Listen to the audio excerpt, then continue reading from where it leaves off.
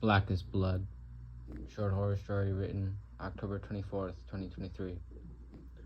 I stared at the mysterious outline of a man who stood far in the distance, surrounded and hidden within a sea of shadows as he watched in the darkness.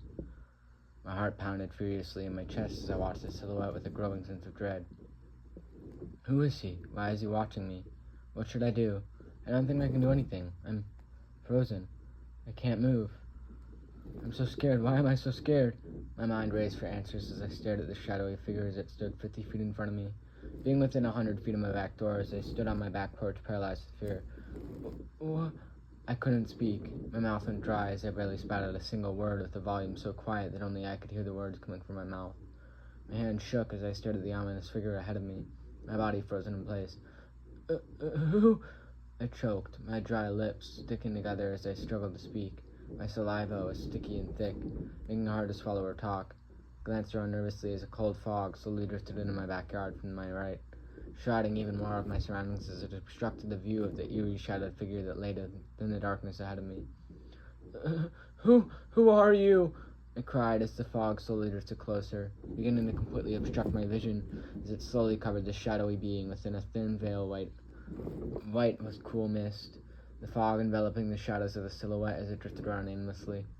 My voice cracked as my mouth went dry again, making it hard to breathe or speak as I stared into the distance, watching with horror as my fog drifted past the shadowy figure, covering it completely and closing off my view as the fog drifted past slowly. It's gone.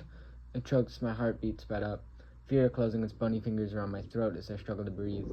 Adrenaline shot through my bloodstream as I turned around and hastily made my way inside. The screen door slammed shut behind me with an abrupt crash. I whipped around and turned the lock, securing the door with shaky hands as I struggled to stay calm. I don't know where it is, I don't know what it is, but what I do know is that I don't want anything to do with it, I said frantically as I jiggled the door handle, making sure the lock worked as my back faced the unlit kitchen. There. Secured and locked up. Nothing in here without making it obvious that they've broken in, I said nervously as I jiggled the lock one last time before turning to face the kitchen behind me. The moonlight coming through the window above the sink cast a white glow onto the kitchen counter and wooden floor. I took a deep breath and looked down at my shaky hands, holding them up slightly so I could see them in the dim lighting as I watched them tremble nervously. It's gone now, I don't have to... I jumped as my heart rate soared, adrenaline shooting through my blood as fear jolted my view to the living room. The sounds of a window shattering rung in my ears, joining the rapid beating of my heart as my throat closed with pure terror. The window? I choked as I stared at the back of the living room couch through the kitchen doorway, watching the unlit living area with immense fear as I waited for the person who broke the picture window in the living room to come into view. Who's there? I called as I struggled to take a few deep breaths, slowly inching my way towards the living room as I walked over to the kitchen island. My head spun as my heart beat furiously in my chest, adrenaline pulsing through my body as fear ravaged my emotions. Hello?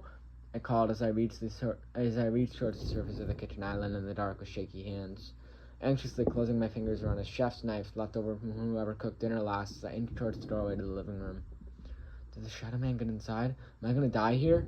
My heart raced as my thoughts added to my anxiety, making the sick feeling rise in my throat as I steadily closed the gap between me and the living room. My eyes darted around in the faint darkness as the moonlight cast its silver cold glow onto the living room floor. I hesitated before creeping to the doorway between the two rooms, entering the living room as I gripped the kitchen knife tightly in my right hand. My eyes darted around before landing on the carpet in the middle of the room. The moonlight glinted off the sea of shattered glass as the wind swept through the living room with its cold, cool summer night breeze. Who's there? I have a weapon, I cried as I tried to remain as calm as possible, even though my mental state was visibly one of complete fear and paranoia. My hand shook as I slowly crept further into the living room, my shoes drifting towards the glass-covered carpet as I walked around nervously. The wooden shutters banged against the outside of the house as the wind picked up.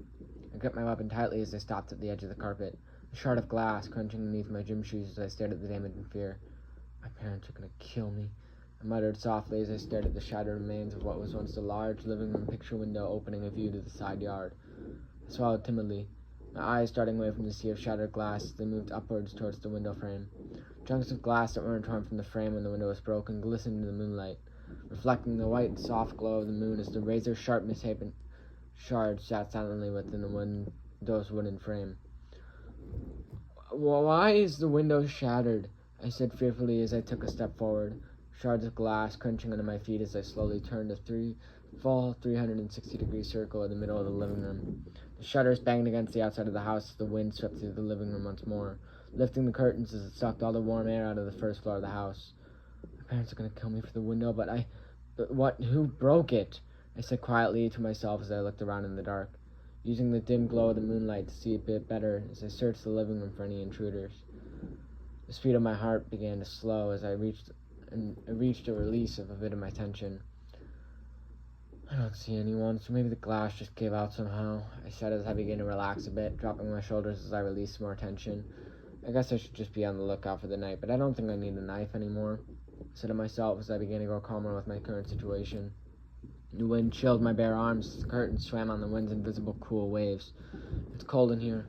I don't want to spend the night downstairs anyways, I said with a bit more serenity as I began to walk towards the kitchen, loosening my grip on the knife as I glanced around, double-checking that it was safe as the glass shards beneath my feet crunched with disapproval before being left behind as I made my way back to the kitchen. Maybe it was a prank or something stupid like that. I don't think anyone would break in. I mean, if they did, what the hell would they even want? I asked as my mind raced with questions and begged for answers. I don't care anyways. I'm probably just on edge because of that shadow thing, and I'm exhausted and tired from everything that happened today. I'm just done, I said aloud and knowing about myself as I entered the kitchen. The wind wailed loudly as I slowly approached the kitchen island, gently setting the knife down where I found it as I slowly walked towards the back door. Is anyone even out there still? I mumbled as I turned my back to the living room and kitchen counters as I stood pressed up against the thin metal screen door's window and jiggled the lock before looking out the small window in the backyard. The reassuring glow of the moonlight slowly faded as clouds drifted over the moon's lighting, flooding the backyard and house with shadows. Doesn't seem like it. Maybe this was all a big misinterpretation of a prank or some drunk asshole who wanted it in my yard. Hella unlucky if you think about it, though, I said to myself as I stood against the door, facing the backyard as my breath fogged at the small glass window on the screen's paneling in front of the secondary wicker wire panels. I stared in the darkness for a moment before turning around, facing the kitchen island with my breath caught in my throat. I opened my mouth and inhaled weakly as the knife I had held just moments before drove itself deep into my stomach. I cried out in pain as the blade cut through my flesh, piercing some of my internal organs as my blood spilled through my shirt. I moaned in pure agony as the feeling that my entire torso was being burned with 1,000 needles enveloped me. I choked up blood as a metallic taste rose in my throat, fresh blood pooling in my mouth as the flavor of metal stinged my tongue. I choked again as the knife twisted, digging deeper into my stomach as blood spurted from the wound, splattering onto the kitchen floor as the warm red liquid soaked my clothes and skin. My eyes drifted weakly upwards to see a thin, shadowy figure in front of me, staring directly at me as the knife protruded from my stomach. You... I choked as I fell to my knees, all the strength leaving my body as my vision grew hazy. I struggled to speak as my senses slowly faded out of my reach, the cold sensation of death quickly reeling me in with its deadly rod. Why? I collapsed on all fours as my body grew light, the violently induced wound causing me to lose a lot of blood as I watched a shadowy figure with a confused sense of terror. I slowly lifted my hand off the ground and tenderly touched the space around the wound, wincing as my blood and flesh folded in on itself before spewing more blood from the deep and lethal gash. Warm blood soaked my fingertips as I watched the shadowy creature with an intense despair. What if... I coughed up more blood as the crimson red liquid soaked the kitchen floor as it flowed from my stomach. You... Done, I said weakly as I began to lose consciousness. The air around me grew cold as my body lost connection with my brain and collapsed. The sound of my body hitting the lake of blood on the kitchen floor made me sick as I coughed up more blood, struggling to stay alive. My eyes slowly crept up the wall, finally staring at the door I was standing in front of before I was stabbed as splatters of my blood stained its white surface. My limbs grew heavy as I failed to keep my eyes open, succumbing to the unforgiving clench of death as my blood pooled around my body.